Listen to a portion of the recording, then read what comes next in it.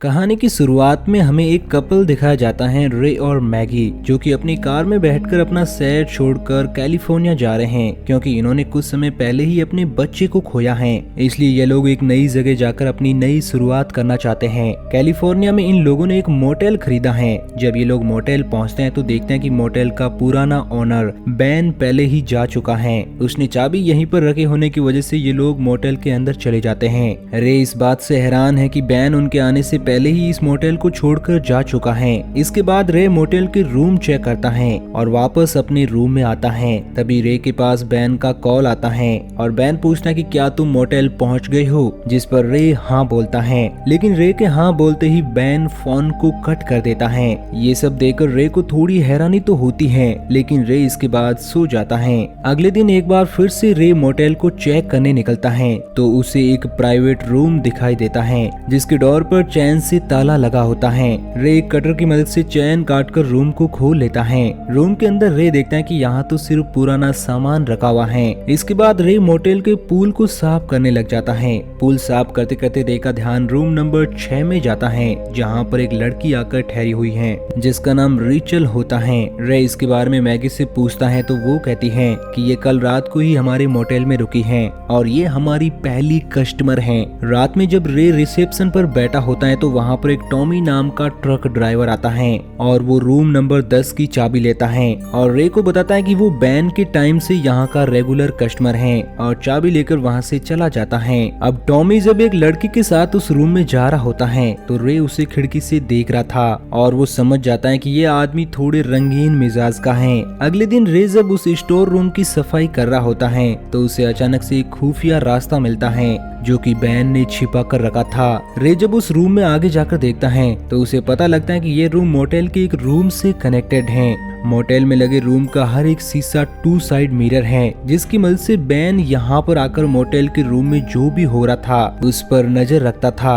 रे इस रूम से बाहर आकर इसको फिर से लॉक कर देता है क्योंकि ऐसी घटिया हरकत रे नहीं करना चाहता जैसा कि बैन किया करता था। उसी रात को टॉमी फिर से एक लड़की को लेकर रूम नंबर 10 में जाता है। उसको जाते हुए फिर से रे देख लेता है। अब रे को रात में नींद नहीं आ रही थी क्योंकि उसे देखना होता है कि टॉमी उस लड़की के साथ क्या कर रहा है। इसलिए वो उठता है और स्टोर रूम से होते हुए रूम नंबर 10 के शीशे के सामने जाकर बैठ जाता है। इसके बाद रे वहाँ से बाहर आता है। अब वो वहाँ से जाते हुए देखता है कि रूम नंबर 6 जिसमें रेचल रुकी हुई है वहाँ पर एक कार खड़ी है। उसे देखकर रे सोचता है कि ये उसके बॉयफ्रेंड की कार होगी, इसलिए वो अपने रूम में जाकर सो जाता है। अगले दिन रे जब सिगरेट लेने के लिए गैस स्टेशन पर जाता है तो उसकी मुलाकात गैस स्टेशन के स्टोर मालिक हावर्ड से होती है। हावर्ड रे से कहता है कि तुम्हें कभी भी जरूरत पड़े तो मैं तुम्हारी मदद करूंगा। अब रे सिगरेट लेकर वापस आ रहा होता है तभी रे को रास्ते में कुछ लड़के दिखाई देते हैं जो कुछ ठीक नहीं लग रहे थे। फिर उसी रात को रे देखता है कि रूम नंबर 6 के सामने वो कार फिर से खड़ी है। इसलिए रे रूम नंबर 6 के 2 साइड मिरर के सामने जाकर बैठ जाता है और वो देखता है कि रूम में एक रेचल के साथ कॉल गर्ल है। ये देखकर रे अपने रूम में जाकर सो जाता है। इसके बाद वो कॉल गर्ल जिसका नाम रैमजी होता है वो भी अपना काम खत्म करके निकल जाती है। कॉल गर्ल के जाने के बाद रेचल के रूम में मास्क पहना हुआ एक आदमी आता है जो कि रेचल का गला घोंटकर उसे मार देता है। अगले दिन रे को बॉक्स में रेचल की रूम की चाबी मिलती है जिससे रे को लगता है कि रेचल रूम खाली करके जा चुकी है। फिर थोड़ी देर में वहाँ पर टाउन का शेरिफ डिकट आता है। वो रे को बताता है कि मैं यहाँ का पुराना कस्टमर हूँ और हमेशा यहाँ पर कॉफी पीने आता हूँ, इसलिए रे भी उसे कॉफी पिलाता है। वो उसे थोड़ी बातें करता है। डिकट यहाँ से जाने से पहले रे को बीन के बारे में पूछता है तो रे उसे बताता है कि मुझे उसकी कोई खबर नहीं है। इतना जानने के बाद डिकट यहाँ से चला जाता है। शाम को रे और मैगी एक बार में जाते हैं। जब रे और मैगी घर वापस आते हैं तो देखते हैं कि किसी ने सुअर को मारकर उनके पूल में फेंक दिया है, जिसे देखकर मैगी घबरा जाती है। इस वजह से रे उसे रूम में भेज देता है। फिर रे उस सुअर को बाहर निकाल कर देखता है तो उसमें किसी ने एक लड़की की फोटो डाली हुई है जिसका नाम क्रॉप्सी होता है। रे सुअर को उठाकर जंगल में जला देता है और वो सोचता सोचता है कि ये किसी ने मजाक किया होगा। इसके बाद रे परेशान होकर रिसेप्शन पर बैठा होता है। तभी वहाँ पर टॉमी आता है और वे रे को परेशान देखकर उसकी परेशानी की वजह पूछता है तो रे उसको सारी बात बता देता है। तभी टॉमी उसे बताता है कि यहाँ पर कुछ दिन पहले क्रॉप्सी नाम की लड़की की लाश पूल में मिली थी और ये बात बैन ने शायद तुम्हें नहीं बताई होगी, क्योंकि वो तुम्हें बताता तो शायद तुम इस मोटेल को कभी नहीं खरीदते। अगले दिन फिर से डीकट कॉफी पीने के लिए आता है। डीकट रे को परेशान देखकर उसकी परेशानी की वजह पूछता है तो रे उसे सारी बातें बता देता है, जिसे जानकर डीकट रे पर गुस्सा करता है और कहता है कि तुम्हें उसकी खबर पहले हमें देनी चाहिए थी, हम इसके पीछे का सच जान सकते थे। जिस पर रे कहता है कि मुझे लगा ये किसी ने मजाक किया इसलिए मैंने तुम्हें नहीं बताया। फिर रे डीकट से क्रॉप्सी के बारे में पूछता है तो डीकट बताता है कि लोगों को लगता है कि क्रॉप्सी ने सुसाइड किया है, लेकिन भला कोई इंसान अपना पेट काट कर खुद को पूल में कैसे फेंक सकता है? ये काम किसी शहरी नौसिखिया का है। इतना कहकर वो रे की तरफ उंगली करता है तो रे पूछता है कि तुम्हारा मतलब क्या है? डीकट कहता है कि जिस दिन क्रॉप्सी की मौत हुई थी उस दिन तुम और मैगी यहाँ पर पहली बार आए थे, इसलिए इन सब के बारे में रे को नहीं पता था। अब डीकट भी रे पर यकीन कर लेता है और यहाँ से जाने लगता है। जाते जाते ये रे को फिर से बैन के बारे में पूछता है कि क्या तुम्हारा उससे कांटेक्ट हुआ, तो रे भी कहता है कि नहीं हुआ। फिर रात को रे जब रिसेप्शन पर बैठा होता है तो फिर से वो कॉल गर्ल रैमजी आती है और रूम नंबर 6 लेती है। अगले दिन जब रे और मैगी टीवी देख रहे थे तो रेचल की मौत की न्यूज टीवी पर आ रही थी, तो रे न्यूज देखकर काफी हैरान हो जाता है क्योंकि उसने लास्ट टाइम रेचल को रैमजी के साथ देखा था। फिर रे कुछ काम से बाहर चला जाता है और रिसेप्शन पर रे की बीवी मैगी बैठती है। तभी वहाँ पर फिर से रैमजी रूम लेने के लिए आती है। इस बार भी वो रूम नंबर 6 लेती है। रैमजी मैगी से कहते हैं कि अपने पति पर थोड़ा ध्यान रखो, जिससे मैगी के मन में रे के प्रति शक पैदा हो जाता है।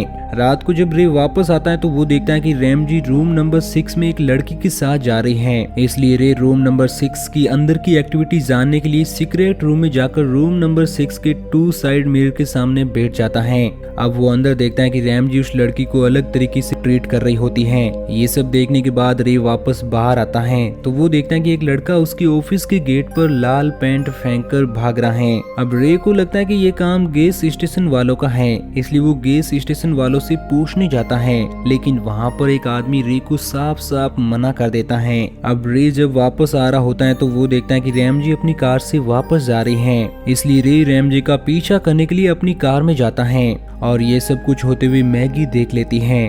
अब रे रैमजी का पीछा करते हुए एक बार में पहुंच जाता है। यहाँ पर रे रैमजी से पूछता है कि रीचल का मर्डर कैसे हुआ, जिस पर रैमजी रे को बताती है कि उसे कुछ नहीं पता, लेकिन रे रैमजी की बात का कोई यकीन नहीं करता और उससे बहस करने लगता है, जिस पर एक बार का आदमी रे को धमकाने लगता है और उनकी बात हाथापाई तक बिगड़ने लगती है। तो रे अपनी गन निकालता है और उस आदमी की तरफ पॉइंट करता है और रे रैमजी को धमकी देता है कि मेरे मोटल में अब कभी दोबारा मत आना। इसके बाद रे जब वापस अपने रूम पर आता है तो मैगी रे से बहस करने लगती है। आखिर में रे मैगी को सारी बातें सच सच बता देता है कि किस तरह रीचल और रैमजी एक साथ रूम में थे और अगले दिन मैगी उस सीक्रेट रूम को फिर से लॉक करवा देती है।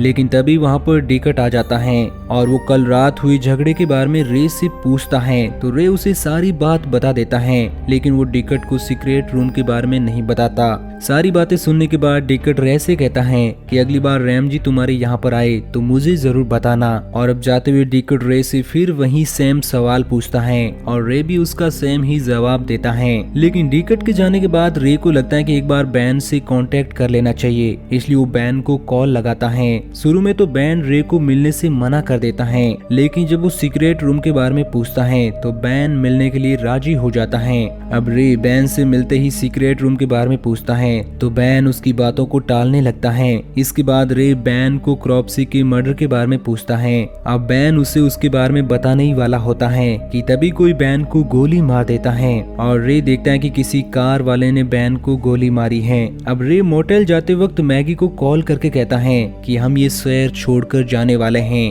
तुम जल्दी से अपनी पैकिंग कर लो। रे जब मोटेल वापस आता है तो वो देखता है कि डिकट की कार रूम नंबर 6 के बाहर खड़ी है। अब रे उस रूम के अंदर देखने के लिए उसी सीक्रेट रूम में जाता है और रूम नंबर 6 में लगे मिरर के सामने जाकर बैठ जाता है। अब अंदर जाकर वो देखता है कि उसकी वाइफ को डिकट ने बेड पर बांधा हुआ है। अब डिकट मैगी को बताता है कि जिस तरह से उसने क्रॉप्सी, रिचल और बैन को मारा उसी तरह से मैं तुम्हें भी मार दूंगा और इस सब का चार्ज रे पर डाल दूंगा। इसके बाद रे मौका पाकर डिकट पर अटैक कर देता है, लेकिन डिकट रे पर भारी पड़ता है। तभी रे टूटे हुए कांच को उठाकर डिकट के गर्दन में घुसा देता है। इसके बाद डिकट अपनी गन को उठाकर रे पर तान देता है और गन चलाने वाला होता है। उससे पहले रे अपनी गन निकालकर डिकट को जान से मार देता है। इसके बाद रे और मैगी मोटेल छोड़कर हमेशा हमेशा के लिए वहां से चले जाते हैं और इसी के साथ ये सस्पिशियस स्टोरी यहीं पर एंड हो जाती है। तो दोस्तों, आपको ये कहानी कैसी लगी नीचे कमेंट करके जरूर बताना और इसी तरह की कहानियों के डेली डोज के लिए हमारे चैनल को सब्सक्राइब जरूर करना।